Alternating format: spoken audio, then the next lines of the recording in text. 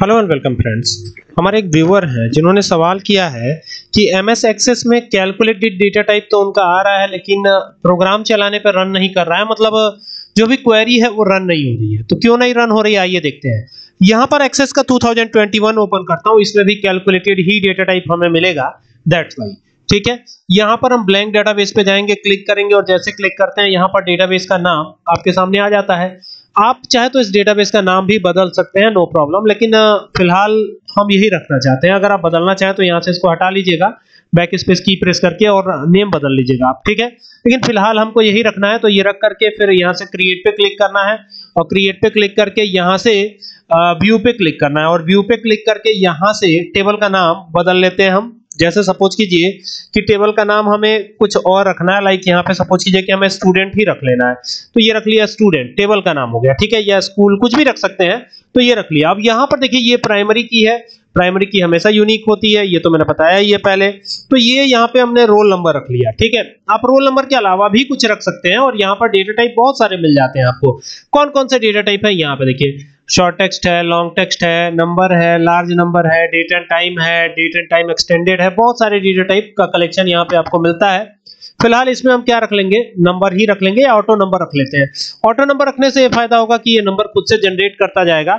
यहाँ पे कर देते हैं नेम ऑफ स्टूडेंट, ये हो गया name underscore of underscore students. ठीक है, तो ये हो गया। और अब यहाँ पर जाने पे आपको शॉर्ट टेक्स्ट लेना है, इनमें से कौन सा डेटा टाइप लेना है, तो शॉर्ट टेक्स्ट नाम का जो डेटा टाइप है वही हमें चूज कर लेना है। यहाँ पर आते हैं अलग अलग सब्जेक्ट के नाम आएंगे, जैसे पहला सब्जेक्ट ये डाल दिया हमने, दूसरा सब्जेक्ट यहाँ पर आते हैं हिंदी कर देते हैं, हिंदी। ओके, तो ये हिंदी हो गया।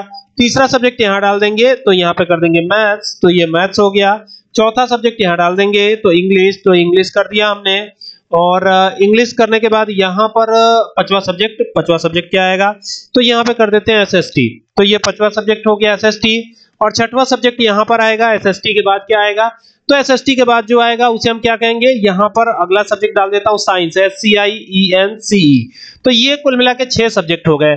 और हर एक सब्जेक्ट अगर 50-50 मार्क्स का हो तो 6 सब्जेक्ट कितने के हुए, 300 के हुए। और अगर 100 नंबर का हुआ तो कितना हुआ, 600 नंबर हो गया। तो हम यहाँ 100 नंबर का करेंगे हर एक सब्जेक्ट। ठीक है, यहाँ पे चेंज कर लेंगे, ये जो भी डेटा टाइप्स है, जो भी सब्जेक्ट डाले गए हैं इस पे सब में नंबर डेटा टाइप हम यूज करेंगे। ठीक है, यानी कंप्यूटर से लेकर के साइंस तक सब में नंबर डेटा टाइप यूज कर लेंगे। और देखिए मैं कैलकुलेट यहीं पर करके दिखा रहा हूं आपको, यहाँ पे मैं टोटल मार्क्स को कैलकुलेट कर रहा हूं, तो फील्ड नेम हमने क्या डाल दिया है, टोटल मार्क्स। यहाँ पे देख सकते हैं टोटल मार्क्स आया हुआ है और यहाँ पर आप चूज कीजिए कैलकुलेटेड डेटा टाइप। ठीक है, और जैसे कैलकुलेटेड डेटा टाइप चूज करेंगे तो एक्सप्रेशन बिल्डर ओपन होगा और यहाँ पर स्क्वायर ब्रैकेट बनाइएगा, ये स्क्वायर ब्रैकेट कहलाता है। ये देखिए, ये ओपन कर लीजिएगा और पहला सब्जेक्ट डालिए। पहला सब्जेक्ट है कंप्यूटर, बहुत आसानी से आप कैलकुलेट कर पाएंगे, मेरा विश्वास है कि ये आप कर भी लेंगे। और कर लेंगे तो एक बार मुझे कमेंट करके बता दीजिएगा कि ये मेरा सक्सेसफुल रन हो गया प्रोग्राम। इजी है, कोई दिक्कत नहीं है। ठीक है, और यहाँ पर थर्ड सब्जेक्ट जो है मैथ्स है, MATHS मैथ्स हो गया। फिर प्लस का निशान लगाएंगे, फिर यहाँ पे इंग्लिश करेंगे, ENGLISH इंग्लिश हो गया। फिर इसको बंद करेंगे, फिर प्लस का निशान लगाएंगे और फिर यहाँ पर ब्रैकेट को ओपन करेंगे और यहाँ पे कहेंगे SST, तो ये हो गया SST। ठीक है, तो ये इस तरीके से SST कर दिया हमने, प्लस का निशान लगाएंगे और फिर यहाँ पे साइंस करेंगे, तो SCIENCE साइंस कर देंगे, तो ये हो जाएगा साइंस और इसको बंद कर देंगे ऐसे। ठीक है, और बंद करके अब देखिए ये 5 सब्जेक्ट हुए, 5 1 6 हो गए। ठीक है, टोटल हो गया हमारा सारा सब्जेक्ट। ओके कर दीजिएगा, ये कैलकुलेट हो जाएगा। अगर आप एवरेज चाहते हो कैलकुलेट करना तो यहाँ से एवरेज भी कर सकते हैं, तो ये लिखा एवरेज।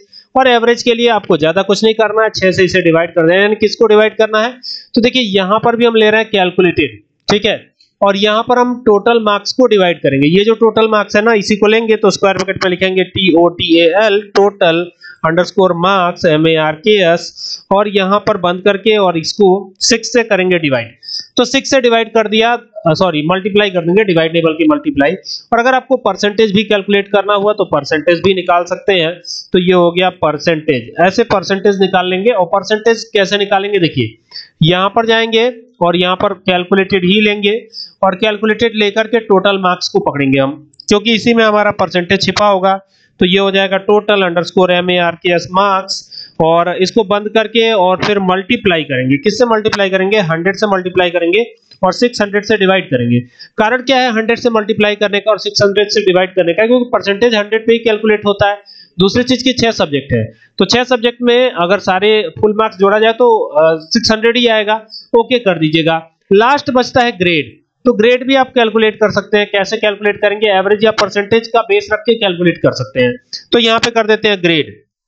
मैं ग्रेड भी कैलकुलेट करके दिखा देता हूं आपको, इजी है लेकिन थोड़ा सा आपको कंसंट्रेट करना होगा, ठीक है। ये ध्यान रखिएगा कि कंसंट्रेशन के बगैर ये नहीं होगा, तो कंसंट्रेट करिएगा, ठीक है। यहां पर आपको इफ नहीं लगाना, आई इफ लगाना। आप चाहे तो स्विच का भी यूज कर सकते हैं। यहां पे करिएगा एवरेज, एवरेज ही लेते हैं या आप परसेंटेज भी ले सकते हैं, दोनों सेम आएगा। तो ये कर दिया परसेंटेज, ऐसे करिएगा परसेंटेज, ठीक है।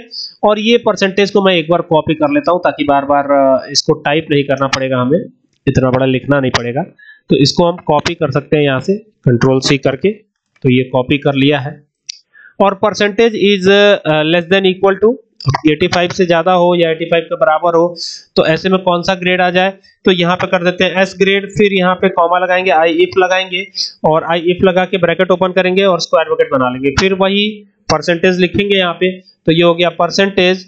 और percentage is less than equal to, इस बार 75 कर देंगे, तो ये हो गया 75। और 75 पे रहे तो कौन सा ग्रेड आए, तो ए ग्रेड आ जाएगा। फिर यहाँ पे आई इफ लगाएंगे, तो ये आ गया आई इफ। तो फिर वही कि परसेंटेज, तो यहाँ पे कर देंगे percentage is less than equal to, इस बार करेंगे 65, फिर कॉमा लगाएंगे, फिर डबल कॉमा में अब हम देंगे बी ग्रेड, ठीक है।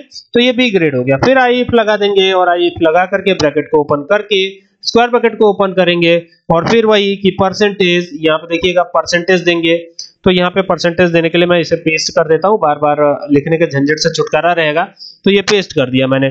और यहाँ पर is greater than equal to, less than equal to, greater than equal to, देख लीजिएगा ये ग्रेटर देन है, लेस देन मैं बार बार बोल रहा हूँ, ये ग्रेटर देन इक्वल टू है, ठीक है।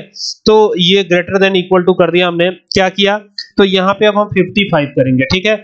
और यहाँ पे डबल कॉमा में क्या लिख देंगे, डबल कॉमा में लिख देंगे 50 सी ग्रेड, सी ग्रेड आ जाएगा।